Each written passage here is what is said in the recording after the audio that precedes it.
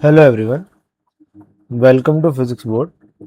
सो इस वीडियो में हम लोग देखेंगे कि अगर हमारे पास कोई कंटिन्यूअस चार्ज डिस्ट्रीब्यूशन होता है तो उसकी वजह से पोटेंशियल को कैसे निकाल सकते हैं। ठीक है, तो लास्ट वीडियो में हमने पोटेंशियल को देखा और हमने मल्टीपल चार्जेस के लिए अगर पॉइंट चार्ज होंगे उसके लिए एक्सप्रेशन देखा। अब देख लेते हैं।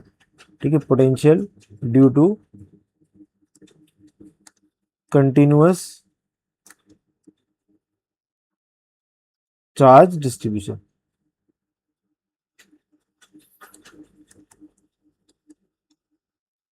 ठीक है, तो हमें पता है हमारे पास तीन तरह के डिस्ट्रीब्यूशन है। ठीक है, हम ऑलरेडी पढ़ चुके हैं कौन कौन से। एक होता है वॉल्यूम, सरफेस और लीनियर, है ना। रियलिटी में तो वॉल्यूम में एग्जिस्ट करता है, बाकी वो स्पेशल केसेस हैं, है ना। जब एक एक डायमेंशन या दो डायमेंशन जब नेग्लिजिबल हो तो वॉल्यूम ही लीनियर और सरफेस में कन्वर्ट हो जाता है। सबसे पहले वॉल्यूम के लिए देख लेते हैं।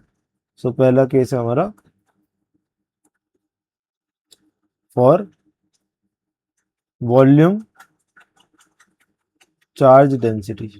अगर वॉल्यूम चार्ज डेंसिटी गिवन हो तो कैसे लिखेंगे। ठीक है, वॉल्यूम चार्ज डेंसिटी को रो से रिप्रेजेंट करते हैं। ठीक है, वॉल्यूम चार्ज डेंसिटी हमें पता है तो कैसे लिखेंगे। ओके, सो मान लीजिए ये हमारे पास कोऑर्डिनेट सिस्टम है कुछ इस तरीके से।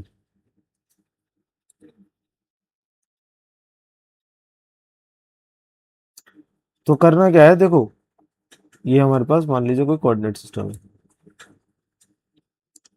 ठीक है, और यहाँ पे कोई पूरी बॉडी का यहाँ कोई छोटा सा एलिमेंट है, वॉल्यूम एलिमेंट। ठीक है, ये वॉल्यूम एलिमेंट है जिसका वॉल्यूम है डीवी, है ना। पूरी बॉडी का है छोटा सा वॉल्यूम एलिमेंट है। मैंने पूरी बॉडी ड्रॉ नहीं करी है, पर पूरी बॉडी का है वॉल्यूम एलिमेंट है डीवी।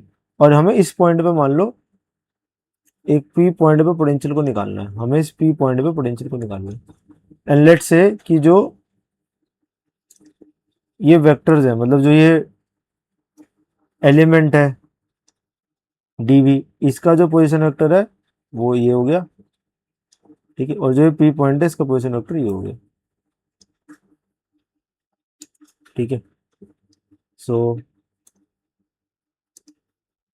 ये हो गया डीवी का पोजीशन वेक्टर, इसको आर से डिनोट कर देते हैं। और ये हो गया इस पी पॉइंट का पोजीशन वेक्टर जिसको आर कैप से डिनोट कर दिया या आर डैश से डिनोट कर देते हैं। ये हो गया पी पॉइंट जहाँ पे हमें पोटेंशियल को निकालना है। अब देखो ये छोटा सा डीवी वॉल्यूम एलिमेंट इतना स्मॉल है कि इसका जो चार्ज इसके अंदर जो इनक्लोज है उसको पॉइंट चार्ज की तरह ट्रीट कर सकते हैं। और मान लो जो इसके अंदर चार्ज इनक्लोज है वो है डी क्यू। ठीक है, जो चार्ज इनक्लोज है वो है डी क्यू। एक्चुअल में तो पूरी मतलब जैसे ये बॉडी होगी ना, 3D बॉडी होगी, उसका छोटा सा एलिमेंट है।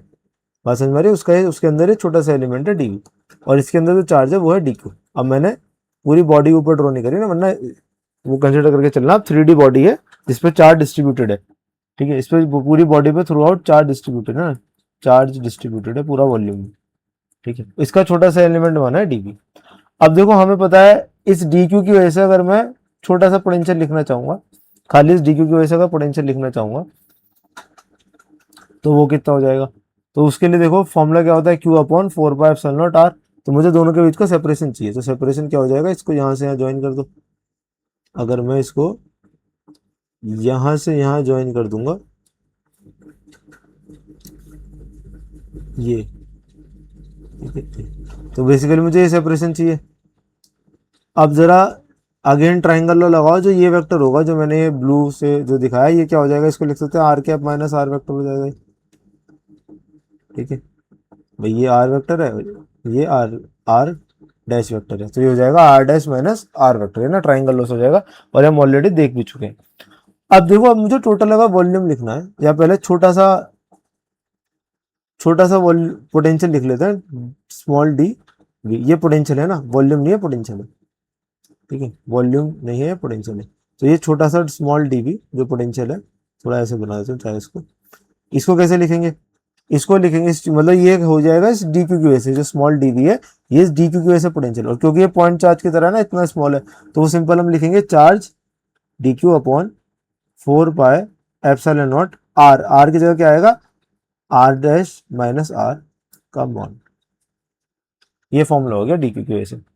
और हमें पता है अगर ये रो, अगर इसकी वॉल्यूम चार्ज डेंसिटी है तो इस डी क्यू की जगह हम लिख सकते हैं रो डी वी, ये स्मॉल डी वी वॉल्यूम है ना, वॉल्यूम जो छोटा सा वॉल्यूम है जिसमें चार्ज एनक्लोज है, upon 4 pi epsilon not r minus r. ठीक है, ये हो गया। अब अगर मुझे टोटल निकालना है, अगर मुझे टोटल पोटेंशियल निकालना है ना, थोड़ा ऐसा करके मैं बना रहा हूँ ताकि ये आप डीवी से कंफ्यूज ना हो। पोटेंशियल अगर टोटल निकालना है तो उसके लिए इसको इंटीग्रेट करना पड़ेगा पूरे वॉल्यूम पे। ठीक है, किसको, rho d v upon 4 pi epsilon not r dash minus r. ठीक है, ये फॉर्मूला बना। ठीक है, पूरे वॉल्यूम पे पोटेंशियल निकालने के लिए कौन सा पॉइंट पे, जिसका पोजीशन वेक्टर आर कैप है। ठीक है, ये हमने किसके लिए निकाला है, ये हमने उस पॉइंट के लिए निकाला है जिसका पोजीशन वेक्टर क्या है, जिसका पोजीशन वेक्टर आर कैप है, आर डैश है, सॉरी कैप नहीं आर डैश है, उसके लिए हमने इसको निकाला है ना, जिस पॉइंट का पोजीशन वेक्टर आर डैश है। ठीक है, तो ऐसे वॉल्यूम चार्ज डेंसिटी के लिए निकाल सकते हैं। सेम ट्रीटमेंट करके हम सरफेस चार्ज डेंसिटी के लिए भी निकाल सकते हैं। सेम ट्रीटमेंट करोगे आप तो सरफेस चार्ज डेंसिटी, है ना। अब की बार जो एलिमेंट होगा वो सरफेस एलिमेंट होगा, मान लेते हैं डी सरफेस एलिमेंट है और ये वो पी पॉइंट है। ठीक है, और ये आपका प्लेन हो गया, कोऑर्डिनेट सिस्टम हो गया।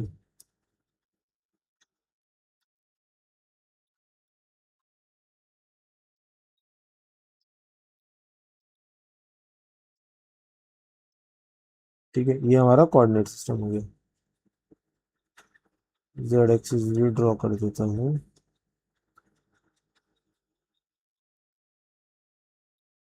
ठीक है,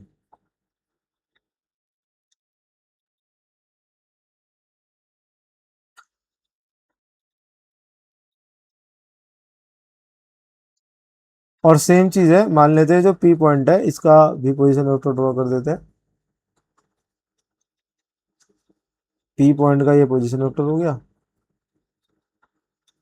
और ये डीएस सरफेस एलिमेंट का ये पोजीशन वेक्टर हो गया। अब की बार क्या है, सरफेस पे डिस्ट्रीब्यूटेड है ना, मान लो हमारे पास ये कोई वॉल्यूम नहीं, खाली सरफेस है। ठीक है, हमारे पास वॉल्यूम ना होकर खाली एक ये सरफेस है इस तरीके का, 3D नहीं है 2D सरफेस है। इस पर हमने छोटा सा एक एरिया एलिमेंट लिया है जिसका एरिया है डीएस। ठीक है, और इस पर पूरे सरफेस पे चार्ज डिस्ट्रीब्यूटेड है ना, मान लेते हैं पॉजिटिव चार्ज डिस्ट्रीब्यूटेड है। ठीक है, और इस पे छोटा सा डीएस एलिमेंट है जिसके जिसके अंदर जो चार्ज होगा वो होगा डी। ठीक है, और जो यहाँ से लेके यहाँ तक का ये हो गया अगेन आर डैश, और ये हो गया आर। और अब अगेन ज्वाइन करो इन दोनों को, बिल्कुल सेम सिमिलर ट्रीटमेंट है ना, इन दोनों को ज्वाइन करोगे ये। ठीक है, और अगेन ये वेक्टर क्या हो जाएगा, ये वेक्टर हो जाएगा आर डैश माइनस आर। तो अगेन जब मैं लिखूंगा, अब मैं डायरेक्ट लिख देता हूँ है ना, मेरे ख्याल से तो आप समझ आएगा ना, डी वी लिखोगे फिर वी लिखोगे, तो मैं डायरेक्ट वी लिख देता हूँ at r dash, v at r dash. बिल्कुल सिमिलर है, आप वो डी वी लिखोगे तो क्या लिखोगे, अगेन फिर वो d q upon 4 pi epsilon naught mod r dash minus r, है ना, वो तो सेम रहेगा। बाकी यहाँ पे क्या यूज करेंगे, यहाँ पे यूज करेंगे d q is equal to lambda into, sorry sigma into d s, sigma into d s, ये डेफिनेशन होती है ना सरफेस चार्ज डेंसिटी की, जो कि सिग्मा से हम इसको डिनोट कर। तो बस खाली क्या हो जाएगा, इंटीग्रेशन पूरे सरफेस पे।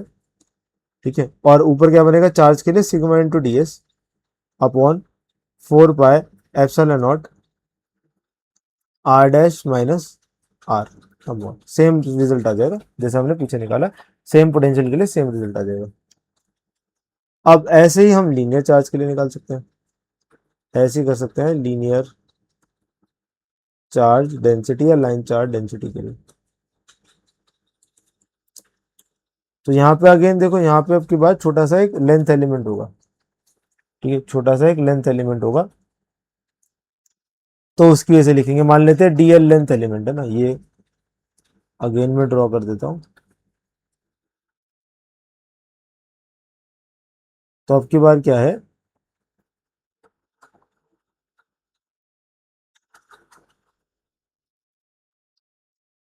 अब की बार एक छोटा सा डीएल लेंथ एलिमेंट है, ये छोटा सा लेंथ एलिमेंट है, ठीक है, खाली लेंथ ही लेंथ है इसमें, डीएल जिसकी लेंथ है ना, बहुत पतला सा डीएल लेंथ, थोड़ा और,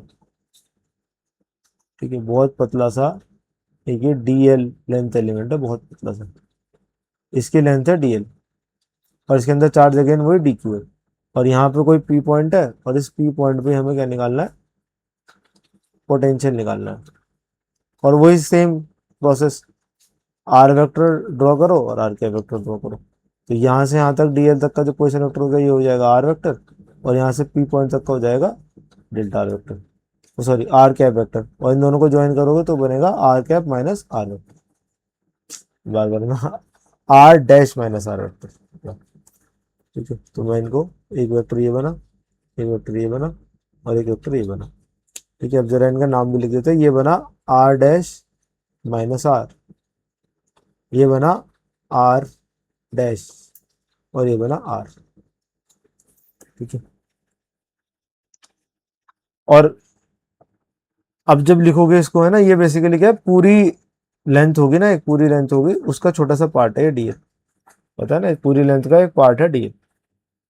अब यहाँ से फिर जब मैं पोटेंशियल लिखूंगा तो क्या लिखूंगा, potential at this r cap r dash, ये हो जाएगा, ऊपर वो लिखोगे, अब देखो यहाँ पे कैसे डिफाइन करते हैं, यहाँ पे डिफाइन करते हैं, जो डी क्यू होगा वो बराबर होगा lambda into D L, lambda की डेफिनेशन क्या होती है, D Q by D L, तो डी क्यू हो जाएगा लैम्डा इंटू डी, तो ऊपर डी क्यू की जगह बस लैम्डा इंटू डी एल आ जाएगा, और इंटीग्रेशन में लाइन इंटीग्रल आएगा पूरे कर्व पे, पूरी लाइन पे, अपॉन बाकी सब कुछ सेम रहेगा, 4 pi epsilon not r dash minus r, ठीक है, ये एक्सप्रेशन आ गया पोटेंशियल का,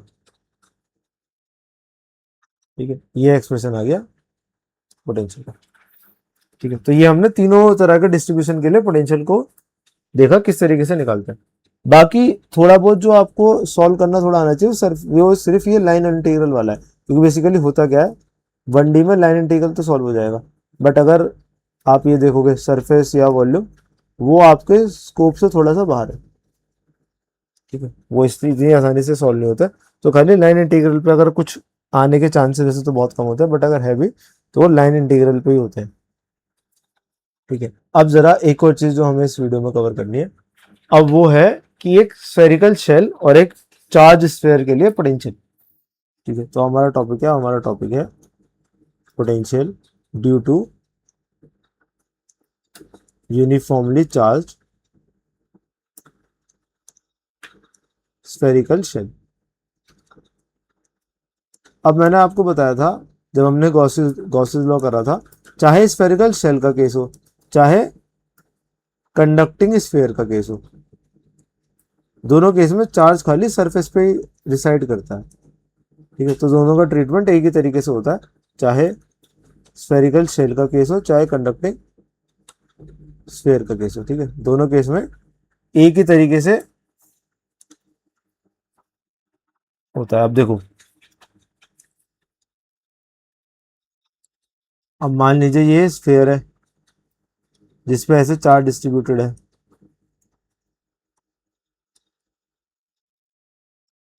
ओके, और हमें, अब वही फिर से तीन पार्ट में इसको तोड़ेंगे, आउटसाइड, इनसाइड और एट द सरफेस, तो पहले लिख लेते हैं आउटसाइड, तो मान लेते हैं ये कोई पॉइंट है, और मान लो जिस पॉइंट पर आप पोटेंशियल निकाल रहे हो वो स्मॉल आर डिस्टेंस दूर है इसके सेंटर से, ठीक है, तो पहला केस ये है जब ये बाहर होगा पॉइंट जिस पे आपको पोटेंशियल निकालना है, और इसके सेंटर से इसका जो डिस्टेंस होगा, ये जो डिस्टेंस होगा,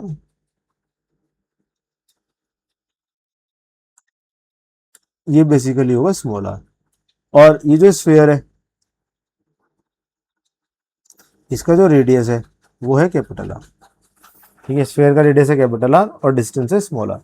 तो अब देखो एक चीज, अब यहाँ पे फिर से वही आप सरफेस डेंसिटी और उस सब से भी निकाल सकते हो, बट देखो क्योंकि हमने इलेक्ट्रिक फील्ड ऑलरेडी निकाल चुकी है गॉसेस लॉ की हेल्प से, तो हम डायरेक्ट इलेक्ट्रिक फील्ड से पोटेंशियल को निकालेंगे, ठीक है, तो अब पहली चीज हमने, पहला केस क्या है, पहला केस वन है आउटसाइड द स्फेयर का, ठीक है, और इस केस के लिए क्या, r is greater than r है, okay, r is greater than r है इस केस के लिए,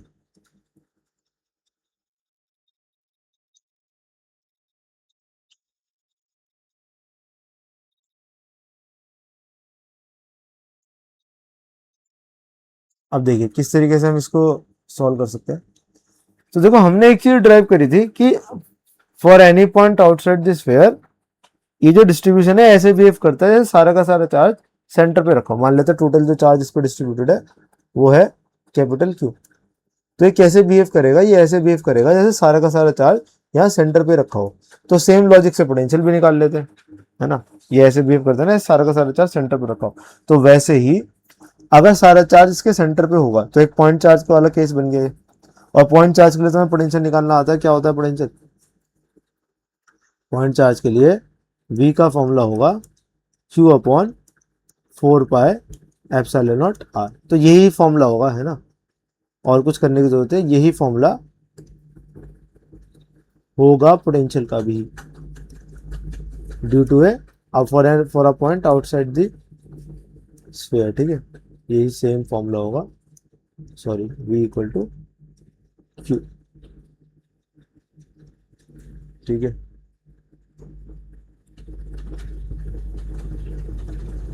ठीक है, ये फॉर्मूला होगा V इक्वल टू, थोड़ा ठीक से लिख देता हूँ मैं ना, सॉरी।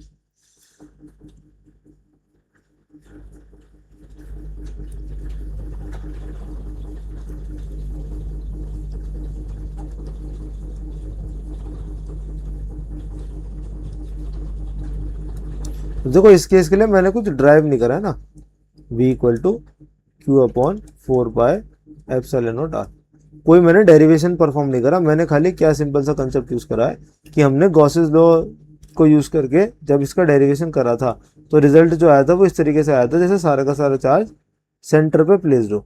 तो हमने वही लॉजिक को इस्तेमाल करा है, ठीक है, कि हम इसको, इसका मतलब है रिप्लेस कर सकते हैं सारा चार्ज को सेंटर पे प्लेस करके।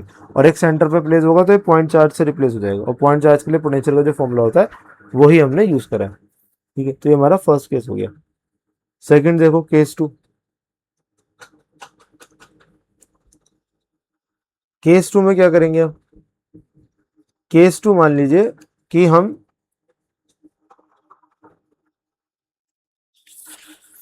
केस टू में हम सरफेस पे बात कर रहे हैं, है ना। पहले सरफेस पे बात कर लेते हैं। तो केस टू में हम सरफेस पे बात कर रहे हैं, एट द सरफेस। तो सरफेस पे क्या हो जाएगा, सरफेस पे R इक्वल टू R हो जाएगा। तो वो कैसे निकालेंगे, इसी फॉर्मूले में जो आपने फॉर्मूला निकाला है आउटसाइड के लिए, आप R की जगह R पुट कर दो, कैपिटल R, स्मॉल r की जगह कैपिटल R।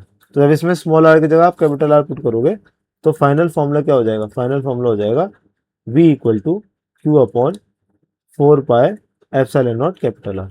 ठीक है, ये हो गया। ठीक है, ये जो एक्सप्रेशन आया ये हो गया at the surface of the sphere के लिए। ठीक है, at the surface of the sphere ये हो जाएगा इतना पोटेंशियल। अब बस एक फाइनल केस है, वो क्या है, वो इनसाइड के लिए होगा। ठीक है, तो अब जरा वो भी देख लेते हैं। सो केस नंबर 3, सॉरी या सो केस नंबर 3 ये हो जाएगा इनसाइड द स्फीयर के लिए। इनसाइड, इनसाइड का मतलब ये हो R is less than R, मतलब हम अंदर किसी पॉइंट पे इसको देखेंगे। ठीक है, जो स्फीयर होगा, ठीक है, इस स्फीयर के अंदर ही कोई पॉइंट होगा, जो P पॉइंट होगा ये स्फीयर के अंदर ही लाई करेगा, और ये डिस्टेंस स्मॉल r होगा, और इसका रेडियस जो होगा वो कैपिटल R होगा। ठीक है, ये सिचुएशन है, और ऑफ कोर्स है ना इस पे जो चार्ज डिस्ट्रीब्यूटेड होगा। अब हमने जब गॉसेस लॉ से वो निकाला था तो हमने एक चीज निकाली थी, इस केस के लिए जो इलेक्ट्रिक फील्ड होगी वो कितनी होगी, वो 0 होगी। निकाला था क्योंकि अंदर कोई चार्ज वो हो ही नहीं रहा, तो इस केस के लिए इलेक्ट्रिक फील्ड क्या होगी, inside the shell electric field 0 होगी। और इलेक्ट्रिक फील्ड 0 होगी तो हमें एक चीज और पता है, हमने रिजल्ट निकाल रखा था E इक्वल टू, खाली में मैग्नीट्यूड भी देखो, माइनस डेल्टा वी लिखो या चार, या चलो माइनस डेल्टा वी लिख लेते हैं, minus delta we by delta R, ये फॉर्मूला होता है। तो अगर E 0 हो गया that means minus delta we भी 0 हो गया, या फिर दैट मीन्स कि डेल्टा वी 0 हो गया, विच इंप्लाइज दैट वोल्टेज क्या हो गया, कांस्टेंट। अगर चेंज इन वोल्टेज 0 है दैट मीन्स वोल्टेज क्या हो जाएगा, कांस्टेंट। इसका मतलब है अंदर, विच इंप्लाई कि वोल्टेज क्या होगा, कांस्टेंट होगा। अब थ्रू आउट द स्फीयर अगर वोल्टेज कांस्टेंट है तो ये जो वोल्टेज कांस्टेंट जो वैल्यू है ये इक्वल होती है जो सरफेस पे वैल्यू होती है उसी के। ठीक है, voltage is equal to V at surface. और सरफेस पे हम निकाल चुके हैं, क्योंकि पूरे सरफेस पे भी जितना होगा वो उतना ही अंदर होगा ना, थ्रू आउट दिस स्फीयर, ये कांस्टेंट वैल्यू है। और सरफेस पे हम ऑलरेडी निकाल चुके हैं। क्या निकाला था हमने? Q upon 4 pi epsilon not are. तो ये रिजल्ट आ गया। इलेक्ट्रिक फील्ड इनसाइड का, ठीक है, जितना सरफेस पे होगा उतना ही क्या होगा, पोटेंशियल अंदर भी होगा। अब अगर मुझे इसका ग्राफ ड्रॉ करना हो, अब जरा एक बार इसका ग्राफ भी ड्रॉ कर लेते हैं। तो मान लीजिए ये हमारे पास y एक्सिस और ये x एक्सिस हो गई। तो है क्या भाई, अंदर तो पोटेंशियल कांस्टेंट है और फिर बाहर डिके कर रहा है 1/r से। तो ग्राफ कैसे बनेगा? ग्राफ ये बनेगा कि शुरू में कुछ देर के लिए तो आप पोटेंशियल को कांस्टेंट दिखाओगे, ठीक है, तो दिखा देते हैं। ये कांस्टेंट हो गया, ठीक है, कहाँ तक? जहाँ पे r इक्वल टू आर ना हो जाए। और उसके बाद क्या करेगा? उसके बाद ये डिके करेगा, ठीक है, उसके बाद ये पोटेंशियल क्या करेगा? उसके बाद ये पोटेंशियल डिके करेगा कुछ इस तरीके से। और ये जो पॉइंट है, ये वाला जो पॉइंट है, ये करस्पॉन्ड करेगा, ये तो आर हो गया ना यहाँ पे, और ये हो गया बी, ये करस्पॉन्ड करेगा आर इक्वल टू आर, ठीक है। और ये जो वैल्यू है कांस्टेंट वाली वैल्यू, ये कितनी है? ये जो कांस्टेंट वाली वैल्यू ये है Q upon 4 pi epsilon not capital R, जो कांस्टेंट सरफेस पे भी है और अंदर भी है, ठीक है, सरफेस तक। उसके बाद ये 1/r से डिके कर रहा है। इनवर्स रिलेशन है ना, v प्रोपोर्शनल टू 1/r से डिके कर रहा है, जो कि यहाँ पे दिख रहा है v प्रोपोर्शनल टू 1/r। और यहाँ पे v क्या है? यहाँ पे v कांस्टेंट है, ठीक है। तो ये इसका प्लॉट हो गया वोल्टेज का या पोटेंशियल का आर के रेस्पेक्ट में फॉर अ शेल, ठीक है, यूनिफॉर्मली चार्ज शेल। अब देख लेते हैं अगर स्फीयर का केस होगा तो क्या होगा, ठीक है। अब देख लेते हैं सॉलिड स्फीयर की वजह से क्या होगा। तो अगेन 3 पॉइंट कंसिडर करेंगे और सेम ट्रीटमेंट है। पहला केस थोड़ा सा ऑब्वियस है ना, पहला केस वही है आउटसाइड, और आउटसाइड देखोगे आप तो small R is greater than capital R होगा, है ना। मैं डायग्राम ड्रॉ कर देता हूँ। तो डायग्राम वही उस तरीके का, आपकी बारी है, सॉलिड स्फीयर है, ठीक है, और इसमें चार्ज पूरे में डिस्ट्रीब्यूटेड है ऐसे, ठीक है, कुछ ऐसे पूरे में चार्ज डिस्ट्रीब्यूटेड है। और इसका रेडियस है, ये इसका सेंटर होगा, इसका जो रेडियस है ये है कैपिटल आर, ठीक है। और आप बाहर कोई पॉइंट है पी, ठीक है, और इसका यहां से डिस्टेंस है स्मॉल आर, ठीक है, जहां पे हम इसको निकालना चाह रहे हैं। तो अगेन सेम लॉजिक है, अगर आप ये ध्यान रखो, याद करो अगर, तो हमने उसके लिए भी निकाला था, जैसे शेल के लिए रिजल्ट आया था गॉसेस लॉ से, वैसे ही सॉलिड स्फीयर के लिए भी आया था कि जो बाहर के लिए आप इसको ऐसा ट्रीट कर सकते हो, सारा का सारा चार्ज इसके सेंटर पे रखा है ना। मान लिया टोटल चार्ज इसमें क्यू है, तो ये सारा का क्यू चार्ज इसके सेंटर पे रखा है, हम इसको उस तरीके से ट्रीट कर सकते हैं। और सेम ट्रीटमेंट अगर आप करोगे तो वोल्टेज क्या लिखोगे? फिर वोल्टेज को लिख सकते हैं again total charge upon 4 pi epsilon not R. ये कैसे लिख पा रहे हैं? ये हम इसको ट्रीट इस तरीके से कर रहे हैं जैसे सारा का सारा जो इसका चार्ज है वो सेंटर पे प्लेस है, क्योंकि इलेक्ट्रिक फील्ड उस तरीके से बनी थी जो हमने गॉसेस लॉ से निकाली थी ना। क्यू जो है वो कहाँ पे है? सेंटर पे प्लेस है सारा चार्ज, इसको आप उससे रिप्लेस कर सकते हो। ओके, अब अगेन सरफेस के लिए निकालोगे तो अगर इस आउटसाइड वाले फॉर्मूले से निकालोगे तो Q upon 4 pi epsilon not R हो जाएगा। चलो ये इस पे कर देता हूँ। सरफेस पे अगर आप निकालोगे तो सरफेस पे जब आप आर इक्वल टू आर कर दोगे तो फॉर्मूला क्या बन जाएगा? सरफेस वाले में ये देख लेते हैं, फॉर्मूला बन जाएगा V equal to Q upon 4 pi epsilon not R capital R.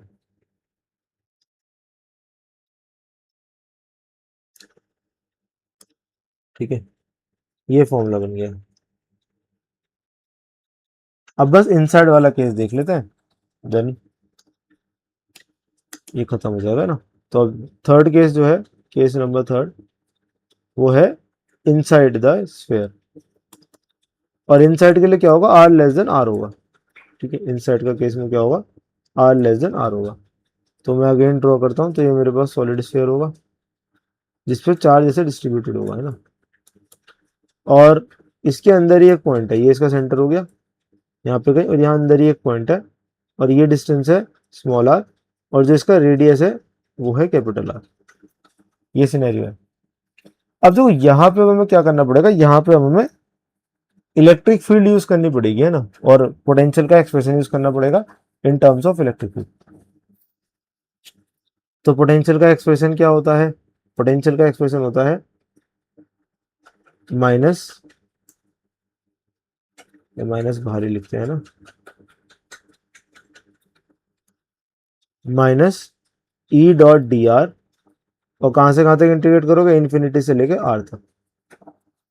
ठीक है, ये जो हमने रिलेशन में निकाला था इसको यूज करेंगे, minus E dot D R, infinity से लेके आर तक।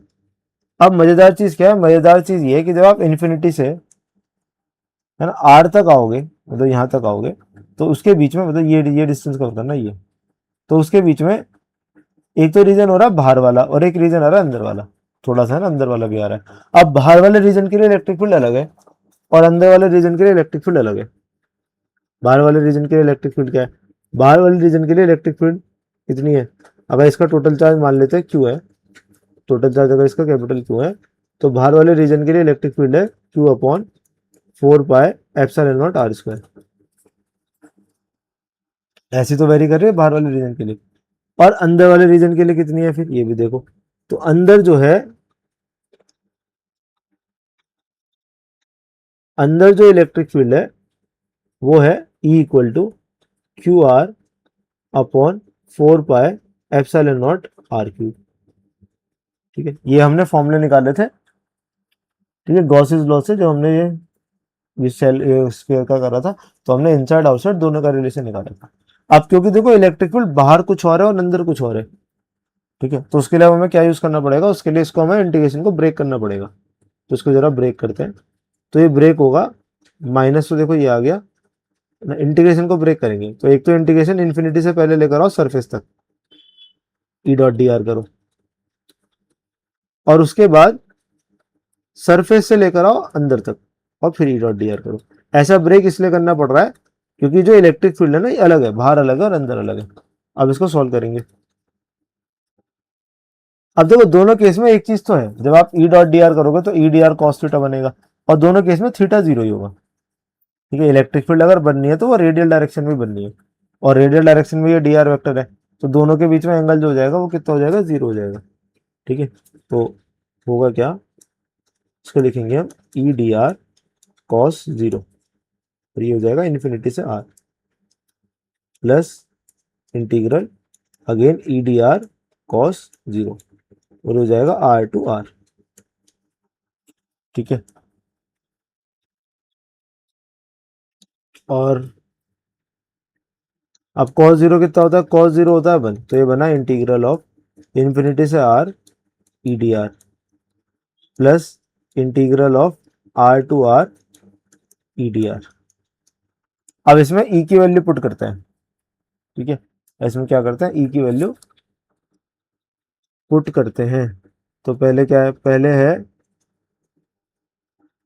इन्फिनिटी से कैपिटल आर, मतलब आउटसाइड के लिए, और आउटसाइड के लिए ई की वैल्यू कितनी है, Q upon 4 pi epsilon not R square into D R. ठीक है, ये तो हो गया आउटसाइड के लिए। अब इनसाइड के लिए पुट करो आर टू आर, तो उसके लिए कितना था, Q R upon 4 pi epsilon not R cube into D R. ये एक्सप्रेशन मैंने, अब जरा इनको सॉल्व करो। तो इसको अगर आप देखो Q upon 4 pi epsilon not तो कॉमन ही आ रहा है, इवन वो पूरे में से कॉमन आ रहा है, तो उसको कॉमन एक साथ ही बाहर लिख दो। ठीक है भाई, इस इंटीग्रल से भी कॉमन आ रहा है, इस इंटीग्रल से भी, मैंने जो थ्रू आउट कॉमन आ रहा है मैं उसको पूरे को बाहर लिख देता हूँ, minus Q upon 4 pi epsilon not, ये तो कॉमन आउट हो गया। बचा क्या, बचा यहाँ पे इंटीग्रल ऑफ 1/r² का मतलब बना है आर की पावर -2 बचा इंटू डी आर। ठीक है, इन्फिनिटी से आर तक, और ये बचा 1/r³, इसका कॉमन आ सकता है क्योंकि आर तो कांस्टेंट है, integral of R D R, कहाँ से कहाँ तक, आर से स्मॉल आर तक। फाइनली हमारे पास ये बचा।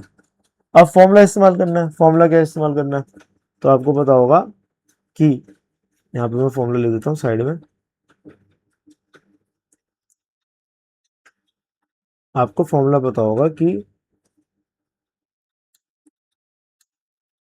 Integral of X to the power N D X, ये होता है X to the power n+1 upon n+1। तो ये यूज करेंगे। ओके, तो यहाँ पे यूज करते हैं minus Q upon 4 pi epsilon not, ये हो गया। ये कितना बनेगा, ये बनेगा R to the power -2 + 1 upon -2 + 1 infinity से आर। और सॉरी, अब तो इंटीग्रेशन कर दिया तो सिंबल लगाने की जरूरत नहीं है ना, लिमिट रख देंगे। लिमिट क्या है, लिमिट है इन्फिनिटी से आर, कैपिटल आर। और 1/r³ भी हो गया। और इसको जब रखोगे तो r की पावर 1 + 1 अपॉन 1 + 1 ही हो जाएगा। और लिमिट क्या है, कैपिटल आर से स्मॉल आर, ये हो गया। ठीक है, अब जरा इसको आगे पुट सॉल्व करते हैं। तो -q/4 पाई एप्सिलॉन नॉट, ये तो बाहर है ही। अंदर क्या बचेगा देखो, तो ये बना r की पावर -1 अपॉन -1, तो -1/r बनाए, है ना भाई। ये बना ऊपर -1 नीचे भी -1, तो -1/r बनाए। पावर -1 का मतलब क्या होता है, रेसिप्रोकल करके आप लिख सकते हो। तो ये बना, सॉरी, ठीक है, तो ये बना -1/r। और लिमिट कहाँ से कहाँ तक थी, लिमिट थी इन्फिनिटी से कैपिटल आर, इन्फिनिटी से कैपिटल आर। एक पार्ट तो ये हुआ, ठीक है, एक पार्ट तो ये हुआ। और दूसरा पार्ट क्या बना, दूसरा पार्ट बनेगा, देखो, ये बना r की पावर 1 + 1 2/2, तो r2/2, ठीक है, r2/2। अब 2 बाहर कर सकते हो तो अंदर खाली r2 को छोड़ सकते हो, ठीक है। तो 1/2r³ बाहर हो गया। और अंदर क्या बचेगा, अंदर खाली बचा r2। और लिमिट कहाँ से कहाँ तक है, लिमिट है कैपिटल आर से स्मॉल आर, कैपिटल आर से स्मॉल आर, ठीक है, कैपिटल आर से स्मॉल आर। अब बस हमें लिमिट पुट करनी है ना। तो उसको जरा ध्यान से हम पुट करते हैं। 1/4 पाई एप्सिलॉन नॉट,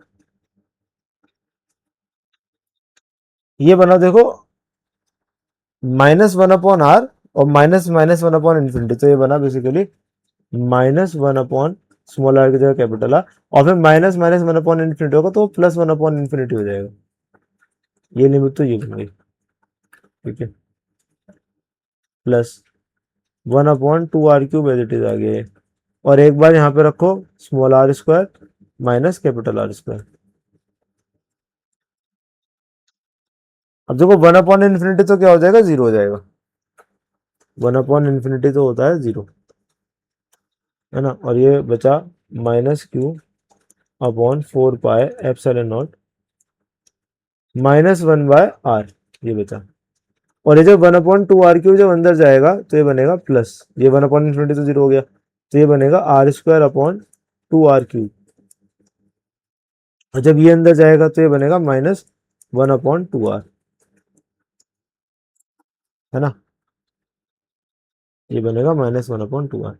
और जब मैं इन दोनों को सॉल्व करूंगा, इन दोनों को, ये -1/r और -1/2r को, तो यहाँ से क्या आएगा मेरे पास, यहाँ से आएगा -3/2r, है ना। 1 + ½ कितना होता है, 3/2। और माइनस साइन है, दोनों नेगेटिव है, तो नेगेटिव नेगेटिव प्लस हो जाएगा, ठीक है। तो बचेगा क्या मेरे पास, है ना। आई होप सो एक बात आपको समझ में आ रही होगी। तो q/4 पाई एप्सिलॉन नॉट, अंदर क्या बचा, अंदर बचा r²/2r³ -3/2r, ठीक है। अब लगभग हमारा रिजल्ट आ चुका है। अब ये माइनस साइन भी अंदर शिफ्ट कर सकते हैं हम। तो फाइनल हमारे पास क्या बना, देखो जी, फाइनल हमारे पास क्या बना, जो q/4 पाई एप्सिलॉन नॉट। और यहां से हम चाहें तो r कॉमन निकाल सकते हैं, है ना, कैपिटल R कॉमन निकाल लो, ठीक है। 4 पाई एप्सिलॉन नॉट कैपिटल 2 भी कॉमन निकाल लो चाहे तो 8 कर लो चाहे इसको, यहाँ से 8 pi epsilon not capital R, ये हमने कॉमन निकाल लिया। और अंदर मेरे पास क्या बचा, अंदर बचा देखो 3, यहाँ तो 3 बचेगा। और यहाँ बचेगा r²/r², ठीक है। और ये आगे आ जाएगा क्योंकि माइनस साइन अंदर कर दिया, तो 3 है ना, सॉरी। तुम्हारे पास बचा 3 -r²/r², तो ये रिजल्ट आया, ठीक है। ये रिजल्ट आया पोटेंशियल का।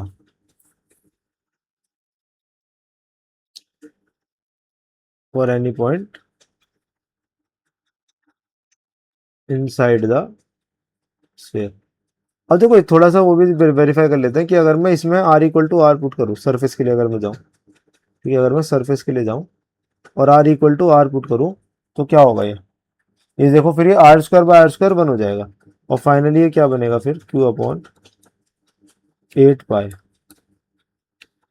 Q upon 8 pi epsilon not R, और ये अंदर बचेगा 3 - 1, है ना। आर स्क्वायर आर के इक्वल हो गया तो R square by R R के इक्वल हो गया स्मॉल आर कैपिटल आर के, तो small R square upon capital R square one हो जाएगा, तो ये बनेगा 3 - 1 जो कि हो जाएगा 2, और ये 2 से 8 कैंसिल हो जाएगा तो देखो यही बनेगा, सरफेस पे इतनी तो वैल्यू आ रही थी, ठीक है। तो हमने इससे भी निकाल दिया, चाहे अंदर वाले से निकालो सरफेस तक की वैल्यू, चाहे बाहर वाले से निकालो सरफेस तक की वैल्यू, ठीक है। तो ये हमने दोनों से इसको निकाल दिया, ठीक है। तो ये एक्सप्रेशन आया इनसाइड के लिए, ठीक है, ये सरफेस के लिए, और ये आउटसाइड के लिए तो नॉर्मल चार्ज की तरह बिहेव करता है, ठीक है। आउटसाइड के लिए जो रिलेशन होता है वो चार्ज की तरह बिहेव करता है, ओके।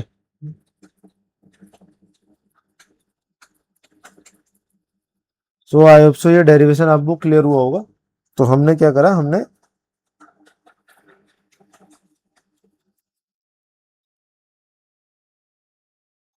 हमने रिलेशन इस्तेमाल करा पोटेंशियल और आर के बीच में, है ना, सॉरी पोटेंशियल और इलेक्ट्रिक फील्ड के बीच में, और वहां से इसको निकाला, ओके। बाकी अगर आप इसको ग्राफ के फॉर्म में ड्रॉ करना चाहोगे तो उसको ग्राफ में एक बार आपको बता देता हूँ। वैसे इंपॉर्टेंट नहीं है ना, इंपॉर्टेंट तो वैसे डेरिवेशन भी एग्जाम पॉइंट ऑफ व्यू से नहीं है, बट हाँ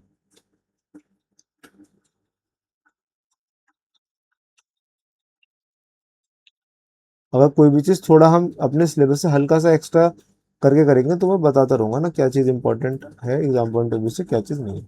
तो इसको जो ग्राफ बनता है ना वो कुछ इस तरीके का बनता है भाई, अंदर वो जो अजीब सा फंक्शन है उसका ग्राफ कुछ ऐसे जाएगा और फिर ये ऐसे डिक्रीज करेगा, अच्छा सॉरी है ना, ठीक से let me draw it in a better way,